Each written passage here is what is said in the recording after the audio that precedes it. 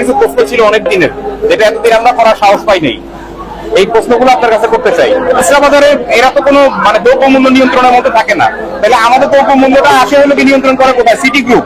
তেলের বাজার নিয়ন্ত্রণ করে সিটি গ্রুপ কিংবা বসুন্ধরা, যারা যারা আছে।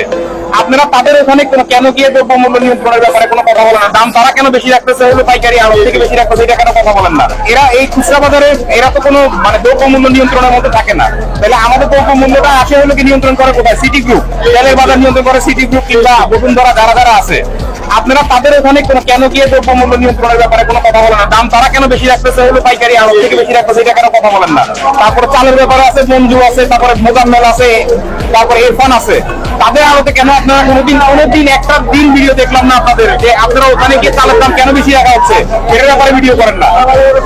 এটার কারণটা কি? যথাযথ চিন্তা করেছেন, আপনাকে ধন্যবাদ। আমাদের উত্তরটা এরকম যে ভোজ্য তেল, চিনি এই দুই ক্ষেত্রে সরকার মূল্য নির্ধারণ করে দিয়েছে।